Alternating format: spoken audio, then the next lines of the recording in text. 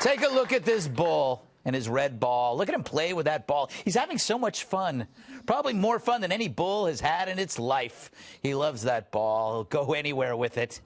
It brings him so much joy. So much joy, that ball and that bull together. They're inseparable. Look at them. They just go everywhere together. No bull has ever been as ecstatic over a ball and its life. He punctured his ball. The ball has lost his ball. Look how sad he looks. Look how sad. He's heartbroken. I wonder how CNN feels about this sad bull if the bull were Trump.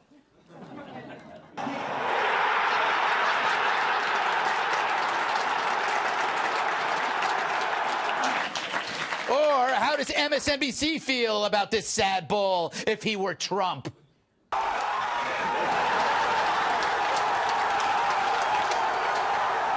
How would the New York Times feel about this sad bull if it were Trump?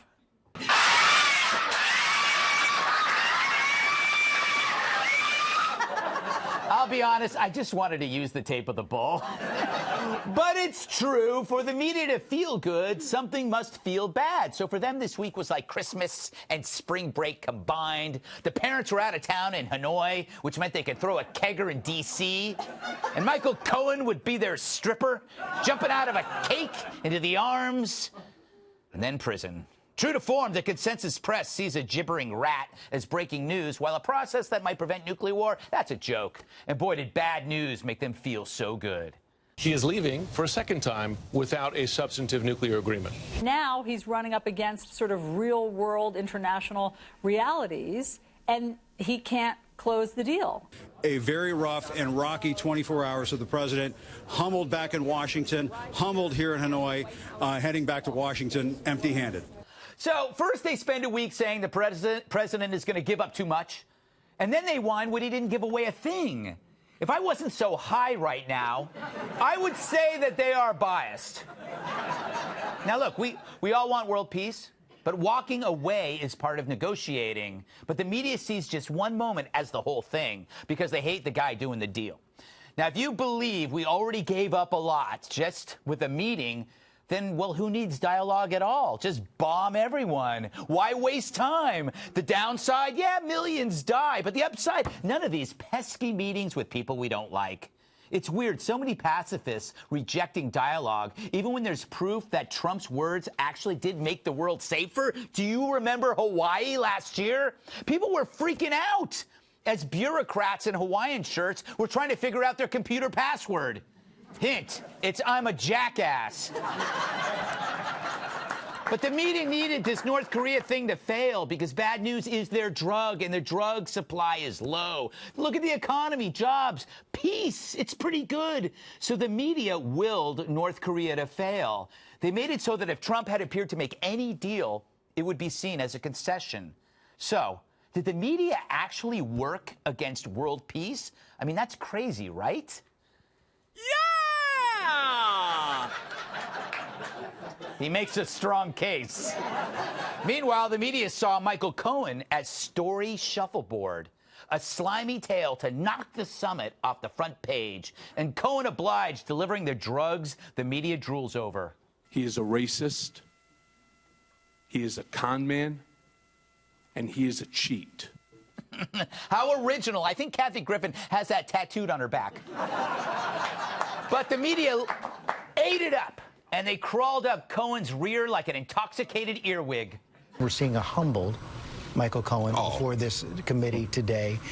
A lot of the anecdotes, a lot of the personal anecdotes have the ring of truth. In Michael Cohen's closing statement, where he said what he fears for the country. I was really proud of this guy up there because he's had the world against him. Do you know why he's proud of this guy? These cheese balls are actually close friends. Both strike me as men who wear Speedos to breakfast. That's what a cheese ball does. But since Cohen offered no collusion, the media was left with real estate evaluation. Here's the president's lawyer saying, yeah, we inflated the assets in order to get banks to do stuff for us. Holy crap! The rich guy, he inflated assets. That sounds vaguely Kardashian. Thank you. All right, I'll take it. I'll take it. It's pathetic. It was a pathetic joke, but I'll take it. But I feel for the media. They need more wrongdoing. So here's three bad things Donald Trump did that you should report on. 1, Donald Trump once laundered money. Yep, he left a 20 in his suit when it went to the cleaners. 2, Donald Trump once shot a man. A dirty look for being rude to a nun at church. 3, Donald Trump once beat his child at Yahtzee. Maybe those will soothe the wounds of 2016. After all, that's all the news is these days. Drugs to reverse the pain of an election. No deal with Kim Jong-un? Take that, 2016. Cohen calls Trump a racist? Take that, 2016. But it's sad. Kavanaugh, Covington, Smollett. Each one was supposed to be that drug that would make them feel better. Didn't work, which is why Cohen's hearing mattered so much. I fear that if he loses the election in 2020, that there will never be a peaceful transition of power. Ah, well, lucky for you, Cohen, you'll be safe in prison. By the way, yeah, I'll take it. By the way, Stormy Daniels actually sent Cohen a note saying, "I'm proud of you." At least she can be proud of something. That film, Revenge of the I can tell you, it did not please her mother. I saw it 3 times. It was disgusting. I'm going to keep saying it because I got to beep it. All right, so that hearing was like a binge of greasy junk food. It goes in and it goes out and you feel gross afterward. But that's the media's diet. All bad, no good. No roughage. If only there were a drug for that. Do you find yourself rooting against the country's best interests just because you don't like the president? He may try to distract, or he may make a bad decision with Kim Jong-un because he's trying to distract from Cohen's testimony. This can't be happening. North Korea's got nukes. Trump's going to give away the store. Sounds like you want this summit to fail. You realize if it does, we're back to square one. That's exactly what I want, doesn't everybody? Maybe you should try Optimex. What's that? It's a simple 1-a-day pill that shoots directly to the brain in seconds, instantly clearing your desires for wanting something to fail. The result? You're more willing to envision positive outcomes for any situation, even if you don't like the person. I've never met my ex-wife's new boyfriend, Chaz, but judging from the pictures she posts, he just looks like a But then I discovered Optimex. Now I can see he does make her happy. And she's happy. Why should that bother me?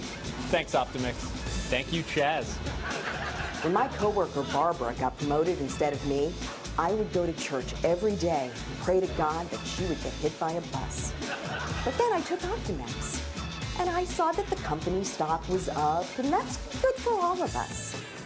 Maybe she did deserve that promotion and was more qualified. Thanks, Optimex. And thank you, God, for not answering my prayers about Barbara. Of course, Senate, when he gratuitously... Wow, they're wrong.